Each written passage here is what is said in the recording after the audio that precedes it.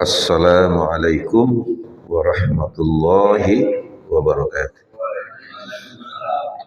Bismillah walhamdulillah wassalatu wassalamu ala rasulillah Sayyidina Muhammad ibn Abdillah wa ala alihi wa ashabihi wa man tabi'ahu wa wala amma ba'd. Bapak-bapak, ibu-ibu, para jemaah, alhamdulillah pagi hari ini kita dapat melaksanakan sholat subuh berjamaah dilanjutkan dengan kajian kitab Al-Yaqut wal Marjan fil Ahaditsin Nabawiyah As-Sahihah. Kita masuki hadis ke-6. Kita awali membaca umul kitab Al-Fatihah.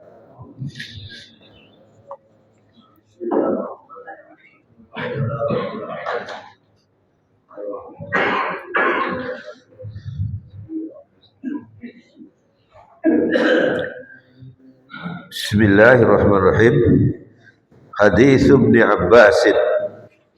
Hadis dari Ibnu Abbas qala menginformasikan inna wafda Abdul Qaisi, sungguhnya tamu Abdul Qais, lama atau ketika mereka datang Nabi sallallahu alaihi wasallam, qala manil qaum. Ada satu rombongan tamu dari Abdul Qais mendatangi Nabi. Kemudian Nabi bertanya, manil qaum, siapa mereka itu? Au manil wafdu, siapa tamu itu? Qalu Rubai'ah. Jawab, dia adalah Rubai'ah. Qala, Nabi menjawab, marhaban bil qaumi au bil wafdi, selamat datang wahai au rombongan orang atau para tamu, ghairu khuzaya wala nadama, ya, tanpa penyesalan, ya, dan tanpa tidak tanpa penyesalan dan tidak ada kesedihan. Faqalu, maka mereka tamu itu bertanya, ya Rasulullah, wahai Rasulullah, inna la nasati'u, sungguhnya kami tidak mampu ayyatiyaka, untuk mendatangi kamu, illa fi syahril haram, kecuali di bulan-bulan haram. Itu bulan di mana peperangan tidak boleh dilaksanakan, ya. Dzulqa'dah, Dzulhijjah, Muharram, Rajab, yaitu bulan peperangan. Maka di saat itulah negara itu merasa aman kemana-mana orang. Wa bainana, dan antara kami, wa bainaka, antaramu, hadzal hayyu min kufari Mudhar, ada suatu perkampungan dari orang-orang kafir suku Mudhar. Jadi dipisahkan oleh perkampungan orang-orang kafir, ya.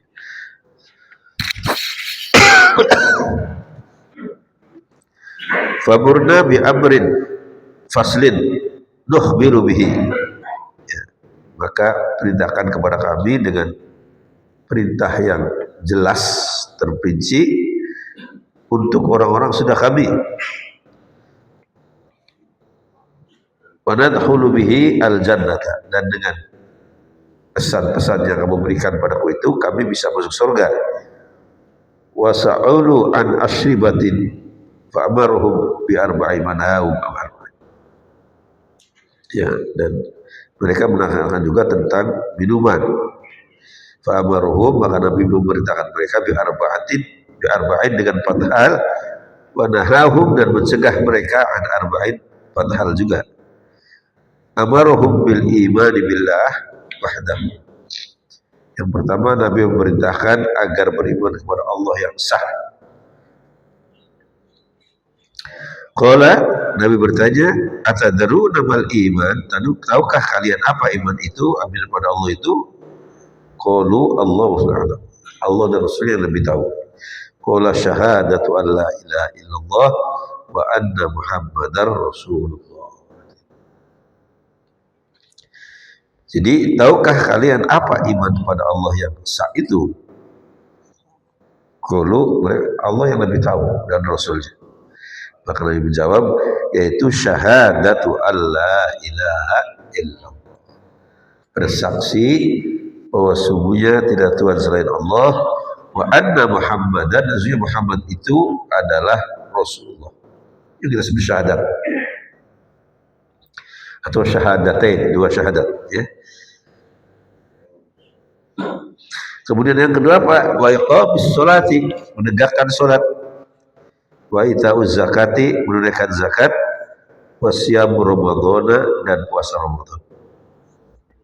Wa antu'tu minal maghnami al-khums, ya, dan hendaklah kamu memberikan, ya, minal maghnami, dari apa namanya,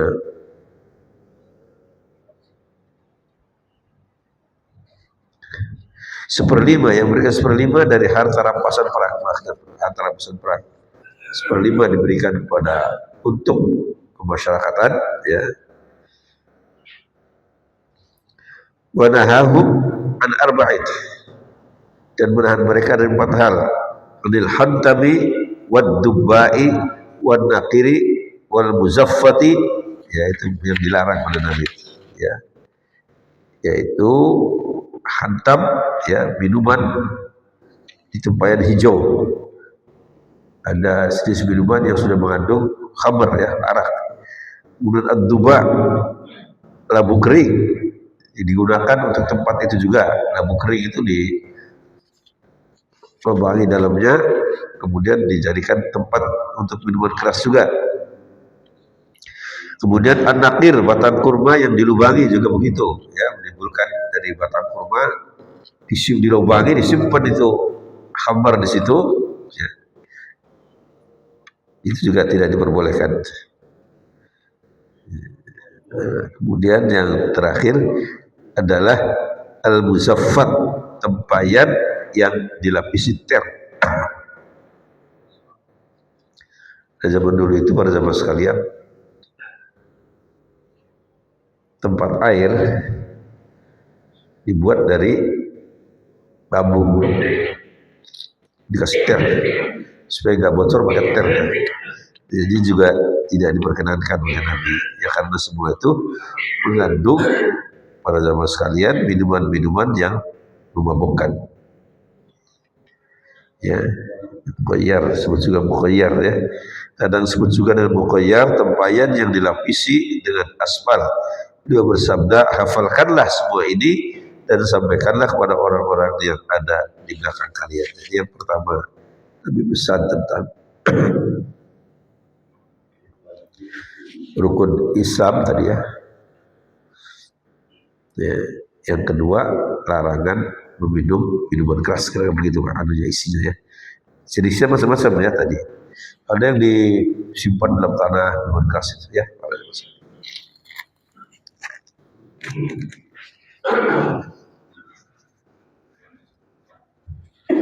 Dilanjutkan hadis berikutnya.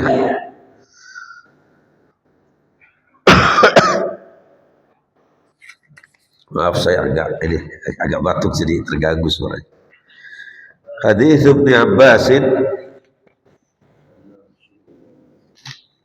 hadis dari Ibnu Abbas, anna, sesungguhnya Rasulullah sallallahu alaihi wasallam lama ba'atha, ketika mengutus Mu'adz radhiyallahu anhu, semoga Allah meridainya, alal Yamani, kepada ahli Yaman. Qala, Nabi bersabda pada Mu'adz, innaka taqdamu ala qaumi ahli kitab. Kamu itu, wahai Mu'adz, akan menghadapi kaum ahli kitab. Ahli kitab itu adalah kaum Yahudi dan Nasrani. Sebut ahlul kitab. Kenapa? Mereka punya Alkitab.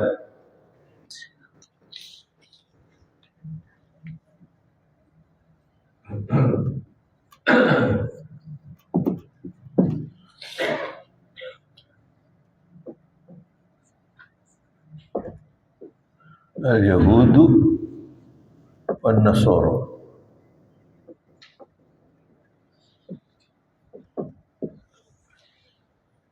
Disebut Alkitab di Quran. Nah, waktu Mu'adz ditugaskan sebagai gubernur di Yaman,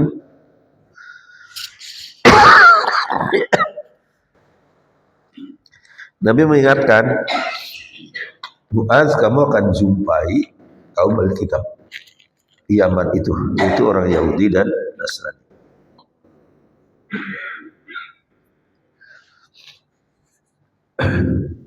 Falyakun awwala ma tad'uhum, maka jadikanlah ajakan kamu yang paling awal kepada mereka ibadatullahi, agar mereka beribadah kepada Allah. Ini langkah-langkah dakwah untuk ahli kitab. Ya, hendaklah mereka beribadah hanya kepada Allah dengan meninggalkan Trinity, percayaan tentang Allah Bapa, kemudian Allah Putra dan Ruhul Kudus. Itu ditinggalkan. Termasuk orang Yahudi juga begitu. Waktu itu ya, berubah-ubah mereka. Tapi pernah orang Yahudi menganggap Uzair putra Tuhan juga. Ya, ada Allah, ada putra Allah namanya Uzair kalau Yahudi. Kalau Nasrani itu Yesus, ya, Isa.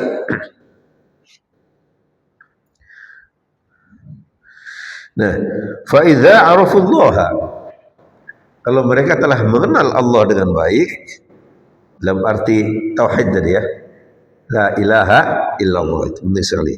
Fahbirhum, maka beritakan pada mereka, annallah, sesungguhnya Allah faradu alaihim, mewajibkan atas mereka khamsa sholawat, sholat 5 waktu. Ya, setelah mereka mengenal Allah, sudah syahadat, mereka diperintahkan sholat 5 waktu fi yaumihim, di hari-hari mereka, walailatihim, dan malam mereka. Jadi 5 waktu sehari semalam. Jadi arahan yang pertama dari Nabi itu, yang pertama bermakrifat pada Allah.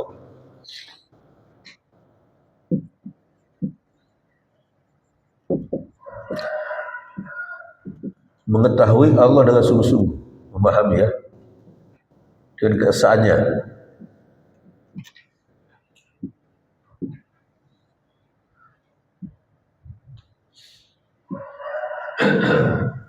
Kemudian sholat 5 waktu sehari semalam.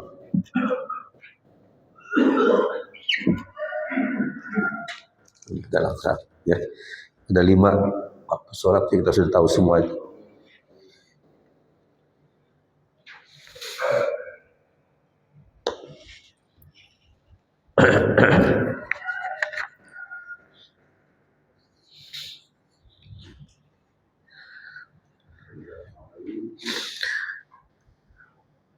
Faiza fa'alu, apabila mereka telah laksanakan sholat 5 waktu itu, fahbirhum annallah faradu alaihimuz zakat, beritakan pada mereka bahwasanya Allah mewajibkan atas mereka zakat.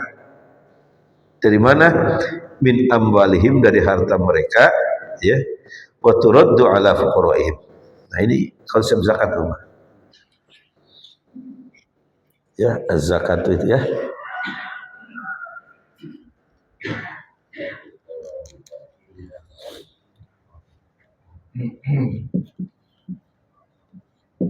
Ini yang sering diabaikan oleh kita.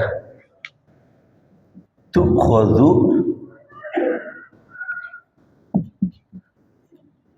min aghniyaihim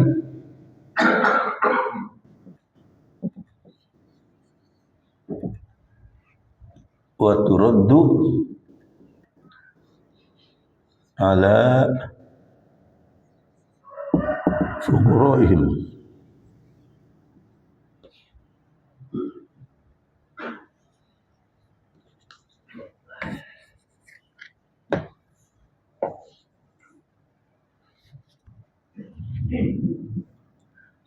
Diambil dari orang kaya mereka,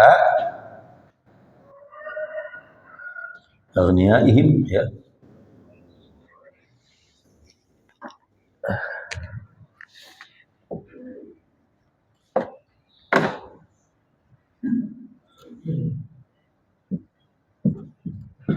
wa turaddu ala fuqara'ihim. Ini konsep zakat. Diambil dari orang kaya di situ, dibagikan pada orang fakir. Bukan dibawa kemudian ditarik ke pusat. Ya. Ini kan sering ditarik ke pusat, lalu di orang situnya banyak yang kebagian zakat. Ya betul, harus. Nah, mengapa para jamaah sekalian sering sekali lembaga-lembaga zakat itu belum dapat kepercayaan yang layak dari umat? Karena masalah distribusinya, Pak.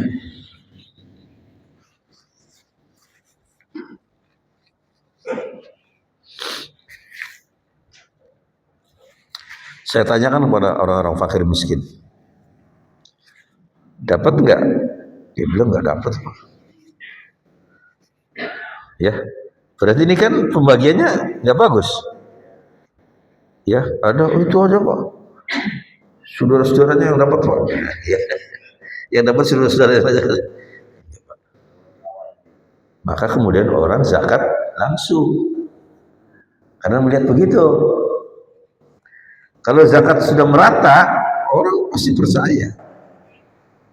Ya, jelas di sini. Diambil dari orang kaya mereka, kata Nabi, bagikan orang fakir mereka. Bukan dibawa kemana kemudian terbangun jembatan, ya, atau bangunan bukan. Untuk fakir miskin, supaya mereka ekonominya bangkit. Ya.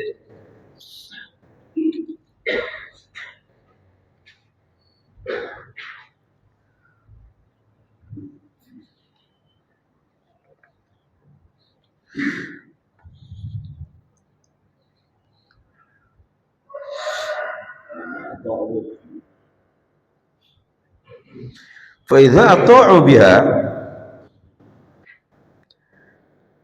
apabila mereka sudah mentaati tentang kewajiban zakat itu, fakhudh minhum, ambillah dari mereka, wa tawaqqo karo'ima amwalin nasi, dan takutlah kamu terhadap kemuliaan harta manusia. Sebagai gubernur ditugaskan oleh Nabi, kamu ambil harta zakat mereka, dibagikan pada fakir miskin mereka, dan kamu harus hati-hati,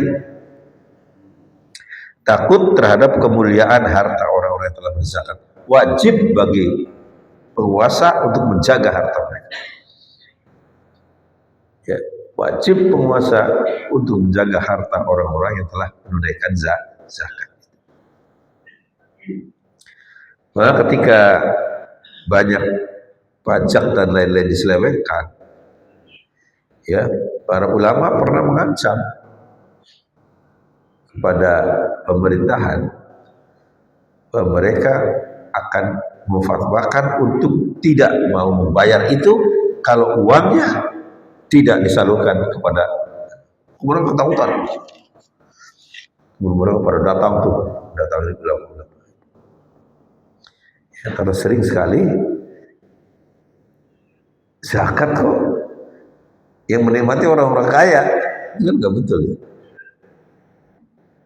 Ibadah haji para jamaah sekalian, itu nggak semua orang-orang kaya orang ibadah haji. Orang miskin, sejak dia sadar sebagai muslim, dia menabung serupiah demi serupiah. Apa? Dapat bertani, ngambil daun-daun singkong dijual, dikumpulkan, ngambil daun minjo atau minjo, nyabit rumput, memelihara kambing.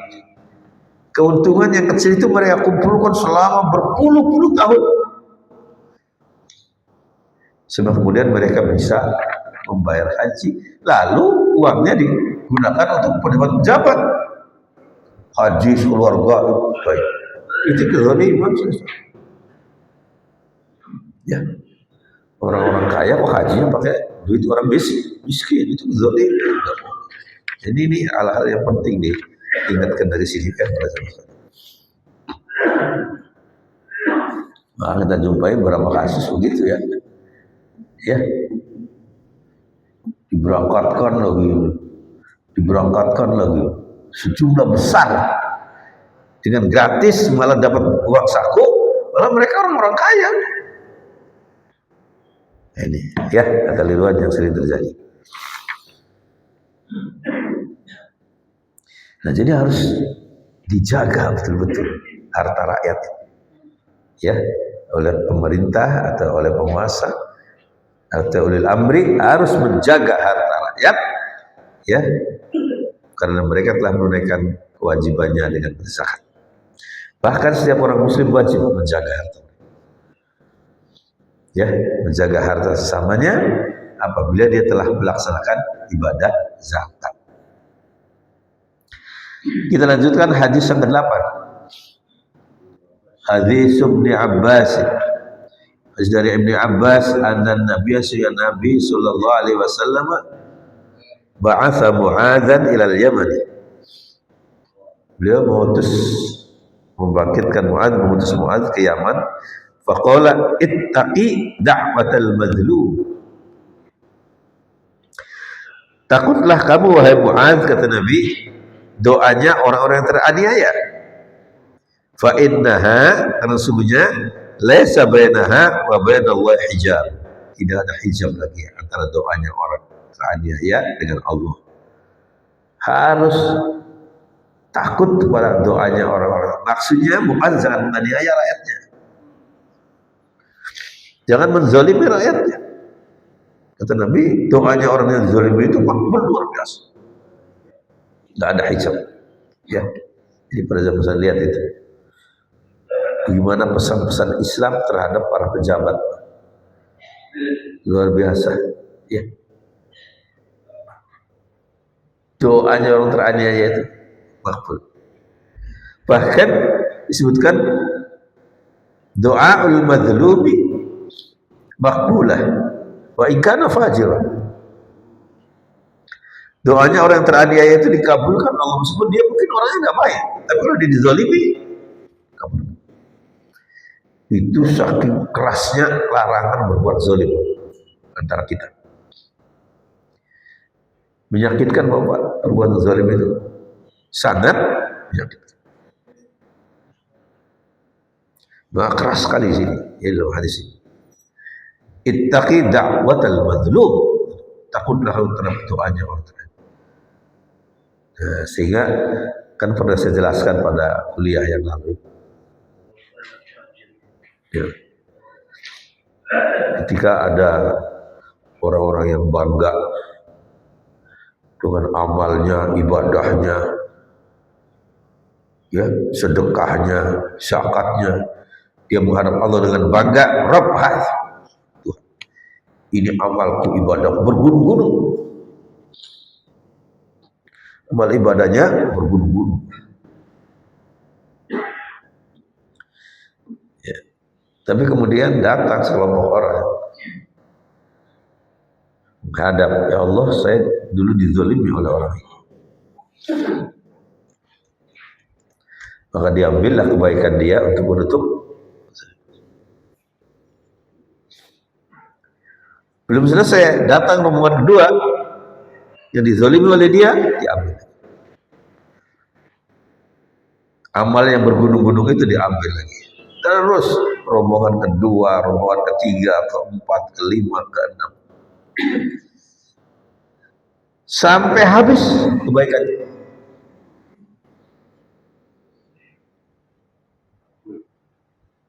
Yang tadinya dia bangga dengan amal ibadahnya begitu banyak, habis selesai.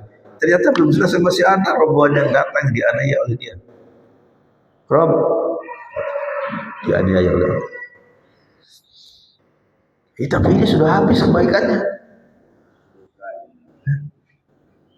Halas. Kata orang itu yang dizalimi, baik kalau begitu ambil keburukan saya. Ambil keburukan dosa orang ini, ditimpakan ke dia, Pak. Datang lagi rombongan kedua, diambil keburukannya, dosanya timpakan ke dia. Yang tadinya bangga dengan amal ibadah yang luar biasa, menderita karena kezalimannya dan menanggung dosa orang-orang lain yang pernah dizalimi oleh dia. Ini yang disebut, kata Nabi, Ya, orang yang paling bangkrut ya. Ya, tadinya Nabi tanya, siapa orang yang paling bangkrut kata Nabi di antara kami? Rasulullah, mereka yang nggak punya rumah, nggak punya uang, bukan kata Nabi. Yang paling bangkrut yang itu.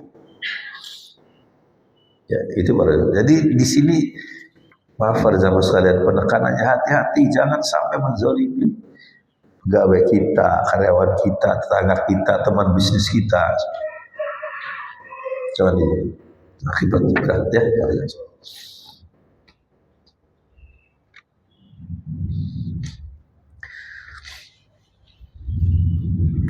Sampai disebutkan tadi,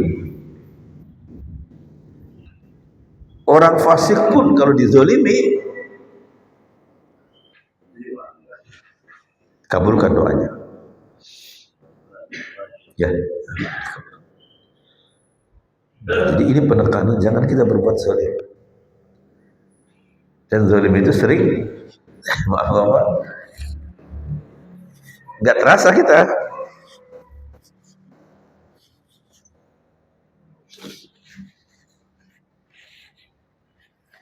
Ada orang tanya ke saya, Pak Zaki, dulu waktu saya kecil, Pak, saya sering pukuli punggung saudara misan saya. Saudara misannya itu ikut ke rumah dia, Pak, karena orang tuanya nggak mampu, ditaruh sih. Sering pukuli. Kenapa saya jengkel, dia sama ibu saya kok nggak nurut katanya. Terus dia tanya saya, kira-kira itu Pak Zaki masih ingat nggak ya itu orang itu? Yang saya pukuli itu. Masih ingat nggak? Ya saya bilang, kamu yang mukul saja ingat, apalagi yang dipukul. Lebih ingat lagi. Ya, saya minta maaf sama sekarang, masih ada hidup orang itu.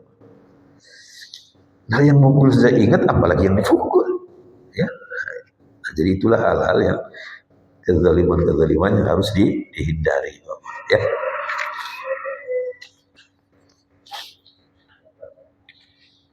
Lanjutkan hadis ke-9. Hadis Abi Bakar wa Umar. Ya. Qala Abu Hurairah, berkata Abu Hurairah, lamma tuwfiya Rasulullah sallallahu alaihi wasallam. Ketika Rasulullah wafat, wa kana Abu Bakar radhiyallahu anhu. Ya, dan adalah Abu Bakar radhiyallahu anhu wa kafara man kafara min al-Arab. Menjadi kafir banyak suku-suku Arab lain. Begitu Nabi wafat, mereka mengira, oh udah habis ini generasi, ya. Mereka banyak yang kafir lagi, suku-suku Arab itu. Faqala Umar radhiyallahu anhu, berkata Umar ya kepada Abu Bakar. Jadi ini perbedaan pandangan antara Abu Bakar dengan Umar, ya. Kaifa tuqatilun nasa? Kenapa kamu memerangi manusia? Wahai Abu Bakar, kata Umar, ya. Waqad qala Rasulullah, padahal Rasulullah telah menyampaikan bersabda, ya. Umirtu an uqatilan nasa hatta yaqulu la ilaha illallah. Aku diperintahkan untuk memerangi manusia sehingga mereka mengucapkan la ilaha illallah. Fa in qalaha faqad asama minni. Barang siapa yang mengucapkan kalimat la ilaha illallah, maka dia telah terpelihara dariku. Malahu hartanya, wa nafsahu dan jiwanya, illa bihaqi, kecuali hak dia. Wa hisabu Allah, dan hisabnya atas Allah. Jadi waktu itu Abu Bakar memerangi orang-orang yang menolak membayar zakat. Disebut al-mani'uz zakat, diperangi oleh Abu Bakar. Umar protes. Kenapa engkau memerangi orang yang tidak menolak zakat? Kalau Nabi menyatakan siapa yang mengucapkan la ilaha illallah sudah terlindungi semua. Hadis tadi ya. Itu jawaban pertanyaan Umar radhiyallahu anhu.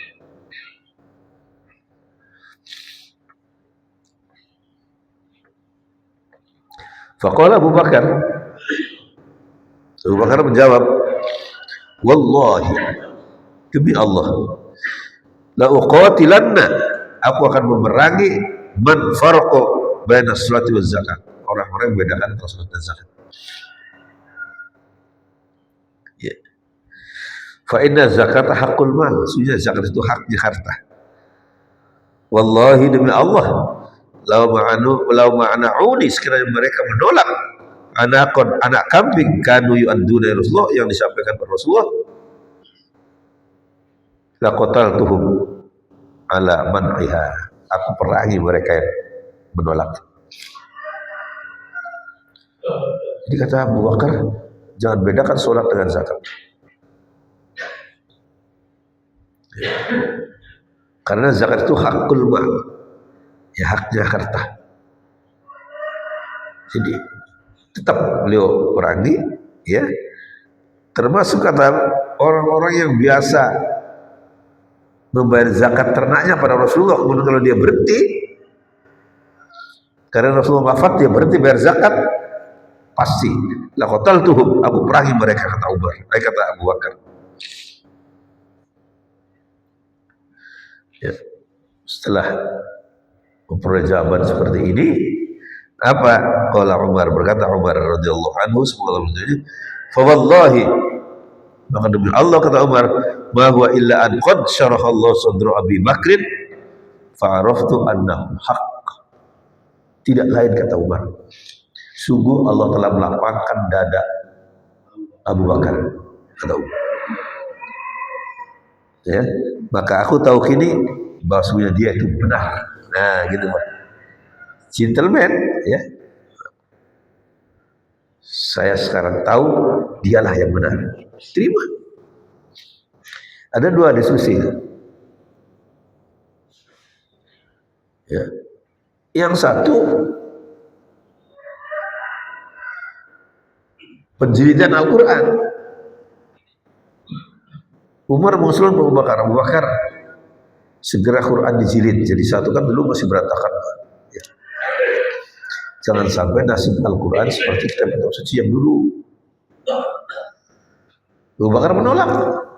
Hadza amrul bid'ah ya Umar, ini perintah bid'ah Umar. Rasul nggak pernah merintahkan itu kok. Tolak. Umar terus usulan. Belum diterima lama, sampai terjadi ada peperangan yang banyak mengakibatkan kaum yang hafal Quran gugur, hufadzul Quran pada gugur. Di situ kesempatan Umar lagi tuh, hufadzul Quran banyak lagi. Lalu kemudian Abu Bakar menerima usul Umar, jadi dua satu-satu ya. Tadi yang diterima Abu Bakar, sekarang diterima usul Umar, diterima oleh Abu Bakar, dijilidlah Quran menjadi satu, ditaruh di rumah Hafsah. Hafsah itu putri istri Nabi dan putrinya Umar, ya. Itulah Quran yang nanti ditulis oleh Utsman, Quran yang asli, dijilid jadi satu itu. Nah, di masa Utsman Islam kan berkembang, berbagai wilayah, banyak orang-orang non-Arab sudah masuk Islam. Sulit baca Quran, ya, tulisan seperti itu. Maka oleh Utsman dibentuk panitia. Ya. Ada di situ Sayyidina Ali, ada Muawiyah, ya, ada Utsmannya sendiri, ada Zaid, ya, Ali. Panitia itu menulis kembali. Kalau sekarang mau kopi, Pak, belum ada kopi dulu, ya, atau kopi belum ada. Diambil Quran yang asli itu dari rumah Hafsah, ditulis menjadi 4 jilid. Jadi jangan salah, jangan mengatakan Quran ditulis di masa Utsman, itu nggak betul. Quran ditulis di masa Nabi, dijilid di masa Abu Bakar, ditulis kembali, digandakan oleh Utsman. Ya, jadi tempat ini kemana? Dikirim ke Mekah satu, di Madinah satu, di Kufah satu, di Basrah satu, di Mesir satu. Itu. Jadi ini yang diterima usul Abu Bakar. Amrun bid'ah, ya makanya tidak semua bid'ah itu dilarang.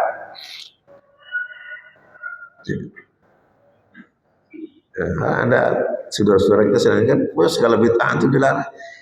Enggak. Sekarang menulis Al-Quran di zaman Nabi nggak pakai itu ada fathah kasrah, ya nggak pakai, titik nggak ada, jim ha kho dal zal ro za shin. Bagaimana bisa baca? Ya Bapak ya. Maka di kira-kira satu abad kemudian ada namanya Ad-Duali yang memberi tanda itu supaya apa? Orang-orang non Arab bisa baca.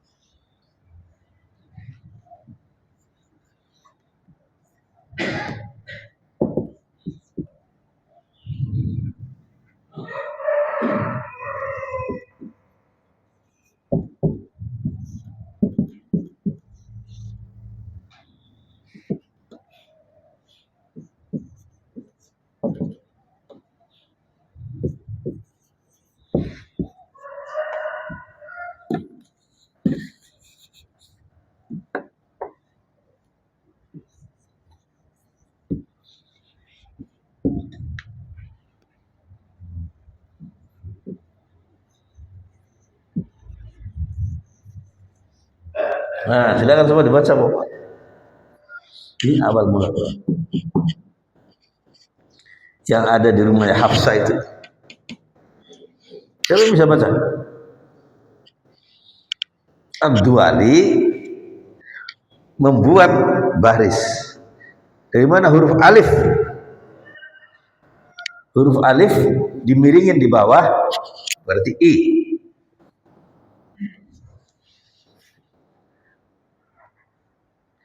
Dikasih titik dulu. Ini nun. Jadi nggak ada titik. Ini tak. Ini juga nggak ada tadinya ya. Tanda. Ini nun. Ini juga nun. Ini ba.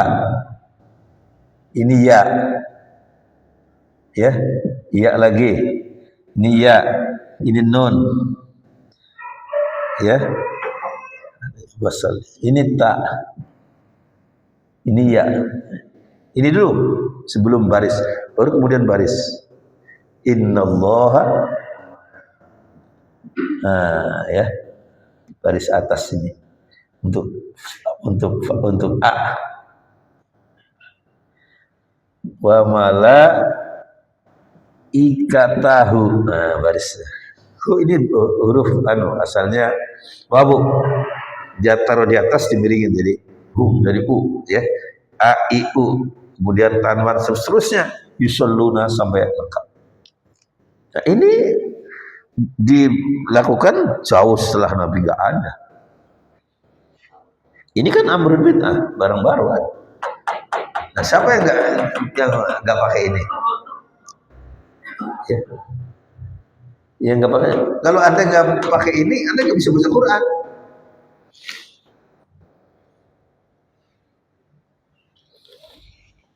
Ya, maka kata Nabi, man sanna sunnatan hasanatan falahu ajruha. Saya merintis jalan sesuatu yang baru pada kebaikan, dia dapat kebaikan itu.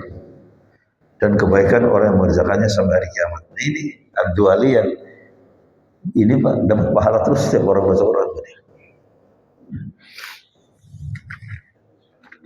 Ya gitu. Itu supaya kita paham.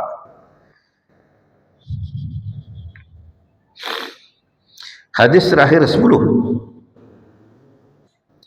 Hadis Abi Hurairah.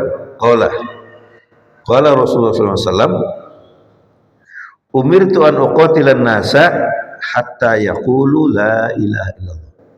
Aku diperintahkan untuk memerangi manusia sehingga mereka mengucapkan kalimat la ilaha illallah.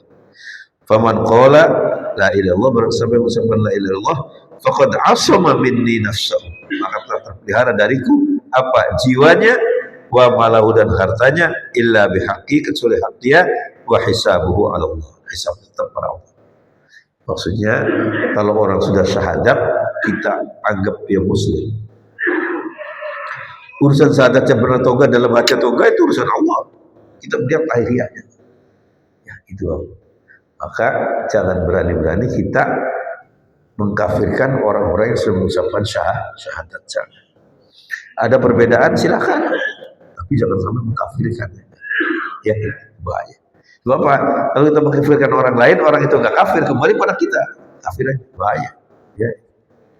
Inilah para sahabat sekalian yang bisa kita kaji hari ini. Jadi semuanya hadis sahih ya. Saya memilih hadis-hadis sahih.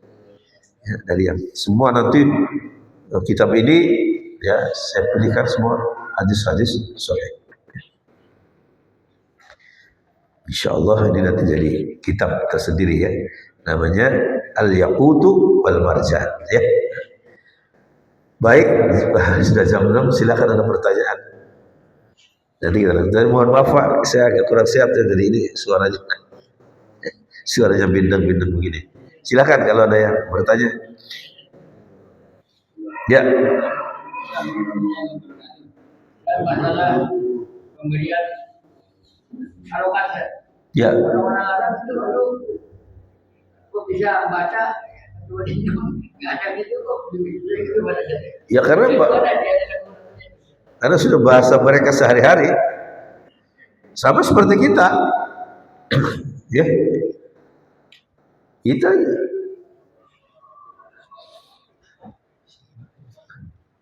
Coba ini, lihat ini.